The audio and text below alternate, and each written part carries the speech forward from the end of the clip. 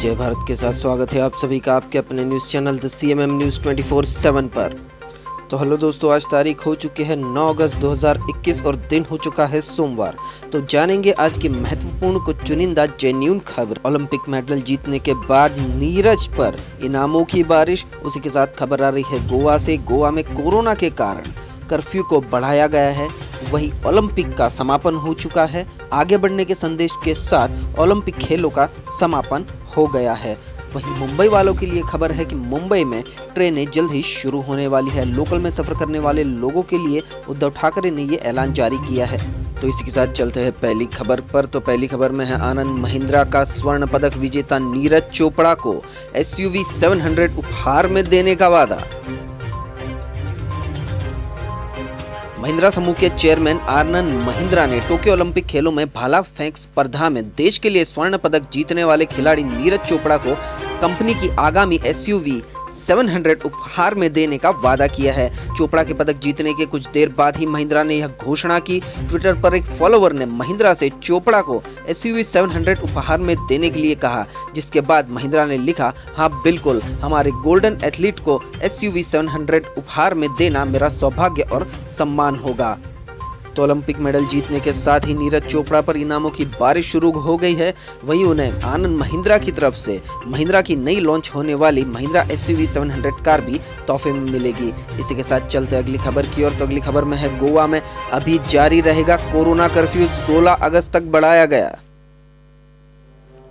गोवा सरकार ने कोविड-19 महामारी के प्रसार को रोकने के लिए लागू प्रतिबंध को 16 अगस्त तक के लिए आगे बढ़ा दिया। राज्य में पूर्व में जारी आदेश के अनुसार कर्फ्यू 9 अगस्त को खत्म होने वाला था। रविवार को जारी आदेश में राज्य प्रशासन ने कहा कि कर्फ्यू 16 अगस्त को सुबह 7 बजे तक जारी रहेगा। इस संबंध में अभी विस्तृत आदेश जारी होना बाकी है। गौरतलब है कि गोवा में कोविड-19 के 69 नए मामले सामने आने के साथ राज्य में कुल मामलों की संख्या बढ़कर रविवार को 1,71,883 पर पहुंच गई। वहीं एक और संक्रमित व्यक्ति की मौत हो जाने से कुल मृतक संख्या बढ़कर 3,160 हो गई। एक अधिकारी ने यह जानकारी दी थी। तो गोवा में बढ़ते संक्रमण के मामले के कारण अब भी कर्फ्यू बढ़ाया गया है। तो गोवा में अभी कर्फ्यू में कोई ढील नहीं है। इसी के साथ चलते हैं अगली खबर की ओर। तो अगली खबर है टोक्यो से आगे बढ़ने के संदेश के साथ हुआ असाधारण टोक्यो ओलंपिक का समापन।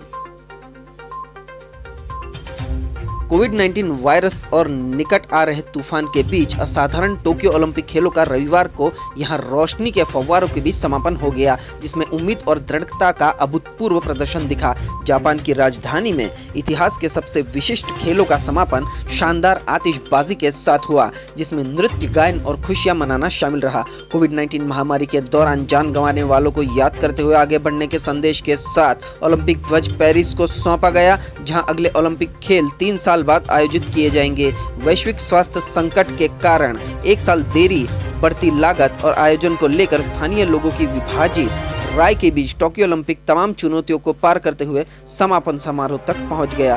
तो ओलंपिक का समापन हो चुका है। वहीं इस बार हमारे भारतीय खिलाड़ियों ने भी काफी मेहनत और चुनौतियों का सामना करने के बाद भारत को ओलंपिक में सम्मान भी दिलाया है। बढ़ते अगली खबर की ओर। तो अगली खबर में है विधेयकों को पारित कराने के खिलाफ एकजुट होगा विपक्ष। मॉनसून सत्र के आखिरी हफ्ते में भी गतिरोध टूटने के आसार नहीं।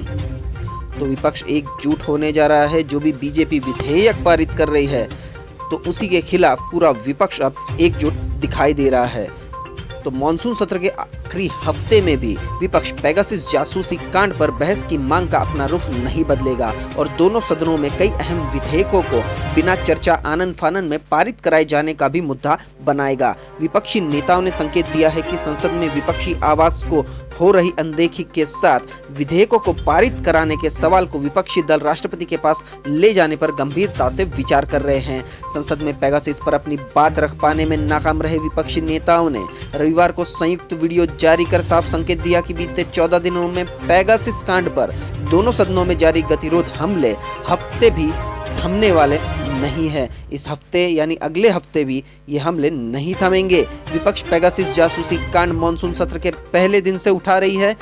बीते 3 हफ्ते से एकजुट विपक्ष के हंगामे के चलते संसद की कार्रवाई लगातार बाधित हो रही है। पार्लियामेंट में बीजेपी की सरकार की तरफ से बिना कोई चर्चा के कोई भी कानून आनन फानन में पारित किए जाते हैं। इसी के खिलाफ अब पूरा विपक्ष एकजुट हो चुका है और उन्होंने राष्ट्रपति को मिलकर इस बात की गंभीरता समझाने का विचार किया है। बढ़ते अगली खबर की ओर, तो अगली खबर में है पुलिस हिरासत में पहुंच वाले भी 3rd डिग्री से नहीं बच पाते, चीफ जस्टिस ऑफ इंडिया ने जताई चिंता। प्रधान न्यायाधीश NV रमन्ना ने रविवार को कहा कि हिरासत में प्रताड़ना और पुलिस अत्याचार जैसी समस्या अब भी बनी हुई है। अगर ताज़ा रिपोर्ट देखें तो पता चलता है कि पहुंच वाले लोग भी 3rd डिग्री ट्रीटमेंट से नहीं बच पाते। पुलिस अत्याचार को रोकने के लिए कानूनी मदद पाने के संवैधानिक अधिकार और मुफ्त कानूनी मदद उपलब्ध होने की जानकारी का प्रसार होना जरूरी है। नेशनल लीगल सर्विस अथॉरिटी यानी नालसा को पूरे देश में पुलिस अधिकारियों को संवेदनशील बनाने का भी अभियान चलाना चाहिए। प्रधान न्यायाधीश ने विज्ञान भवन में आयोजित नालसा के विजन एंड मिशन स्टेटमेंट और लीगल सर्विसेज ऐप लॉन्च करते हुए यह बात कही थी। तो पुलिस की बढ़ती क्रूरता और बर्बरता को ध्यान में रखते हुए भारत के प्रधान न्यायाधीश यानी चीफ जस्टिस ऑफ इंडिया ने यह बयान दिया है। चलिए बढ़ते अगली खबर की ओर। अगली खबर में है ईरान पर कोरोना की तगड़ी मार, 542 की मौत, ब्राजील में 990 और रूस में 787 लोगों की गई जान। अमेरिका में भी बड़ा संक्रमण। तो ईरान, अमेरिका, ब्राजील और रूस समेत दुनिया के कई मुल्कों में कोरोना से होने वाली मौतें नहीं थम रही है। अमेरिका में शनिवार को कोरोना के 1 लाख से अधिक नए मामले सामने आए। माना जा रहा है कि अमेरिका में संक्रमण के मामलों में बढ़ोतरी के पीछे कोरोना का खतरनाक डेल्टा स्वरूप है। स्वास्थ्य अधिकारियों को डर है कि यदि टीकाकरण में तेजी नहीं आई तो संक्रमण के मामलों में बढ़ोतरी हो सकती है। अधिकारियों ने बताया कि बीते 1 हफ्ते में संक्रमण में 30% की बढ़ोतरी हुई है। जून के मुकाबले संक्रमितों के आंकड़े 4 गुना बढ़ गए हैं। तो दोस्तों, दुनिया से अभी भी कोरोना गया नहीं है, इसलिए CMM की आप सभी से अपील है कि कोरोना के बारे में सजग रहे और हमेशा मास्क का प्रयोग करें। तो चलते हैं अगली खबर की ओर। तो अगली खबर में है स्वतंत्रता दिवस समारोह से पहले केंद्र ने राज्यों से कहा प्लास्टिक से बने झंडों के इस्तेमाल पर लगाए रोक। स्वतंत्रता दिवस समारोह से पहले केंद्र सरकार ने राज्यों को खास निर्देश दिया है। सरकार ने राज्यों से कहा कि ऐसे प्राविधान किए जाए जिससे कि लोग प्लास्टिक के राष्ट्रीय झंडे का उपयोग न करें। सरकार का कहना है कि प्लास्टिक से बने तिरंगे का उचित निपटान सुनिश्चित करना एक व्यवहारिक समस्या है। केंद्रीय गृह मंत्रालय ने सभी राज्यों और केंद्र शासित प्रदेशों को इस बाबत एक पत्र लिखा है। पत्र में कहा गया है कि राष्ट्रीय ध्वज देशवासियों की आशाओं आकांक्षाओं का प्रतिनिधित्व करता है, इसलिए इसका हमेशा सम्मान होना चाहिए। तो इसी को मद्देनजर रखते हुए अभी ये आदेश जारी किया है केंद्र सरकार की तरफ से राज्यों को कि जो भी भारत के तिरंगे झंडे जो बनते हैं उसको सिर्फ कागज में या कपड़ों में बनाया जाए, प्लास्टिक में ना बनाया जाए, क्योंकि हम सभी जानते हैं कि प्लास्टिक जल्दी खत्म नहीं होता और ऐसे में भारत का झंडा अगर किसी प्लास्टिक पे बना हो तो उसका अपमान हो सकता है और कई जगह हमें दिखता भी है। तो इसी के लिए केंद्र ने एक अच्छी पहल की है। तो चलिए बढ़ते अगली खबर की ओर। तो अगली खबर में है तालिबान पर कहर बनकर टूटे US के KB-52 बॉम्बर, आतंकवादी संगठनों के प्रमुख ठिकानों को बनाया निशाना। अफगानिस्तान में तालिबान के बढ़ते प्रभुत्व के बीच अमेरिकी B-52 बॉम्बर ने आते ही कोहराम मचा दिया। अमेरिका के इस अभियान में 24 घंटे में 572 तालिबानी आतंकी ढेर हो गए। आपको बता दें कि अफगान वायुसेना काफी हद तक अमेरिकी विमानों और हेलीकॉप्टरों पर ही निर्भर है। अफगान सेना की मदद के लिए अमेरिका ने B-52 और S-130 विमान भेजे हैं। अफगानिस्तान में लगातार भारी पड़ रहे तालिबान के बीते 24 घंटे काफी भारी रहे। अमेरिका के लड़ाकू विमान B-52 बॉम्बर ने आते ही तालिबानी खेमे में तबाही मचा दी। अफगान सेना के मुताबिक पिछले 24 घंटे में की गई एयर स्ट्राइक में 572 तालिबानी लड़ाके मारे गए हैं, जबकि 309 से ज्यादा घायल हुए हैं। बता दें कि तालिबान के बढ़ते प्रभुत्व के साथ अफगान सेना ने अमेरिकी वायुसेना की मदद से देश के कई इलाकों में हवाई हमले किए। इससे पहले तालिबान के खेमे में अफरा तफरी मच गई। तो अभी भी अफगानिस्तान में तालिबान का आतंक जारी है और US सेना भी मदद कर रही है और युद्ध जैसे हालात आए दिन देखने मिलते हैं। बढ़ते अगले समाचार की ओर। तो अगले समाचार में है अब WhatsApp पर पाएं कोरोना टीकाकरण का सर्टिफिकेट, स्वास्थ्य मंत्री ने दी जानकारी। अगर आपने कोरोना का टीका लगवा लिया है तो आप कुछ ही सेकंड में इसका सर्टिफिकेट व्हाट्सएप पर पा सकते हैं। केंद्रीय स्वास्थ्य मंत्री मनसुख मांडविया के कार्यालय ने रविवार को यह जानकारी दी। वर्तमान में लोगों को अपना टीकाकरण प्रमाण पत्र कोविन पोर्टल पर लॉगिन कर डाउनलोड करना होता है। मांडविया के कार्यालय ने ट्वीट किया कि IT का इस्तेमाल कर आम आदमी के जीवन में क्रांतिकारी बदलाव लाया जा सकता है। अब कोविड-19 टीकाकरण प्रमाण पत्र 3 आसान चरणों में माईगोव कोरोना हेल्प डेस्क से प्राप्त करें और संपर्क नंबर 9013151515 को सेव करें। व्हाट्सएप पर कोविड सर्टिफिकेट टाइप करके भेजें, OTP डालें और अपना प्रमाण पत्र कुछ ही सेकंड में हासिल करें। तो इस सरकार की तरफ से बहुत अच्छी पहल है। अब व्हाट्सएप पर भी अपना कोविड वैक्सीन का सर्टिफिकेट पा सकते हैं। चलिए इसी के साथ चलते अगले समाचार की ओर। तो अगले समाचार में है कोरोना से निपटने के लिए क्षेत्रीय सहयोग पर वार्ता के लिए एक सप्ताह के दौर पर भारत आए दक्षेस महासचिव वेराकुन।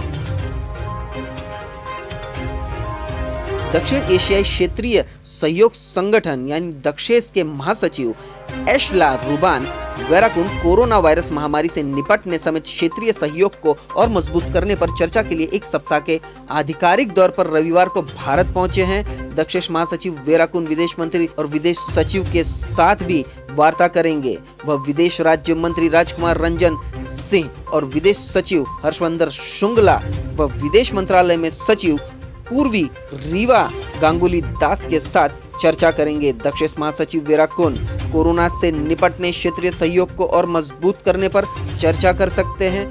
इसी के साथ आपको बता दें कि भारत की पहल पर दक्षेस देशों ने कोरोना महामारी से निपटने के लिए साझी रणनीति पर काम किया था। दक्षेस के सदस्य देशों में अफगानिस्तान, बांग्लादेश, भूटान, भारत, मालदीव, नेपाल, पाकिस्तान और श्रीलंका शामिल है। पिछले साल मार्च में भारत की पहल पर दक्षेस देशों ने कोरोना महामारी से प्रभावी तरीके से निपटने के लिए साझी रणनीति पर काम करने के संबंध में चर्चा की थी। तो ये जो संगठन है इन सारे देशों का, उन्हें दक्षेस संगठन कहा जाता है और उसके जो महासचिव है वो भारत आकर विदेश राज्य मंत्री और विदेश सचिव के साथ कोरोना से निपटने के लिए मीटिंग करने वाले हैं। इसी के साथ बढ़ते अगले खबर की ओर। तो अगली खबर में है ममता बनर्जी अगले महीने फिर जाएंगी दिल्ली, भाजपा विरोधी दलों के नेताओं के साथ करेंगी बैठक। विधानसभा चुनाव में तीसरी बार जीत से उत्साहित मुख्यमंत्री व तृणमूल कांग्रेस प्रमुख ममता बनर्जी आगामी लोकसभा चुनाव में विपक्ष का चेहरा बनने को बेकरार है। यही वजह है कि अब वह भाजपा विरोधी पार्टियों को एकजुट करने की कोशिश अभी से शुरू कर रही है। पिछले दिल्ली दौरे के दौरान तृणमूल कांग्रेस प्रमुख ने कहा कि वह हर 2 महीने में दिल्ली जाएगी। उसी अनुसार ममता आगामी सितंबर के मध्य में फिर दिल्ली जाने की योजना बना रही है। सूत्रों ने बताया कि वह इस बार दिल्ली के कॉन्स्टिट्यूशन क्लब में ही वह किसान सम्मेलन भी कर सकती है। तृणमूल की राज्यसभा सदस्य डोला सेन का कहना है कि तृणमूल प्रमुख सितंबर में फिर से दिल्ली का दौरा करेगी। इस बार कॉन्स्टिट्यूशन क्लब में भाजपा व पीएम मोदी विरोधी और किसान नेताओं के साथ अलग अलग बैठक ममता बनर्जी करने वाली है। चलिए देखते हैं अगली खबर है मुंबई से। टीके की दोनों खुराक ले चुके मुंबई वासी 15 अगस्त से लोकल ट्रेनों में कर सकते हैं यात्रा, उद्धव ठाकरे ने किया ऐलान। मुंबई लोकल ट्रेन यात्रियों के लिए राहत भरी खबर है। महाराष्ट्र के मुख्यमंत्री उद्धव ठाकरे ने रविवार को राज्य की जनता को संबोधित करते हुए बड़ी राहत दी है। मुख्यमंत्री उद्धव ठाकरे ने रविवार को घोषणा की कि कोविड-19 रोधी टीके की दोनों खुराक ले चुके मुंबई वासी 15 अगस्त से लोकल ट्रेनों में यात्रा कर सकते हैं, लेकिन इस सुविधा का लाभ उठाने के लिए दूसरी खुराक के बाद 14 दिन का अंतराल होना जरूरी है। ठाकरे ने एक लाइव वेबकास्ट में यह भी कहा कि उनकी सरकार दुकानों, मॉल, रेस्तरां और धार्मिक स्थलों को छूट देने पर विचार कर रही है और सोमवार को कोरोना वायरस कार्यबल की बैठक के बाद निर्णय लिया जाएगा। तो एक राहत भरी खबर आई है, मुंबई में लोकल ट्रेनें 15 अगस्त से फिर से शुरू हो सकती है।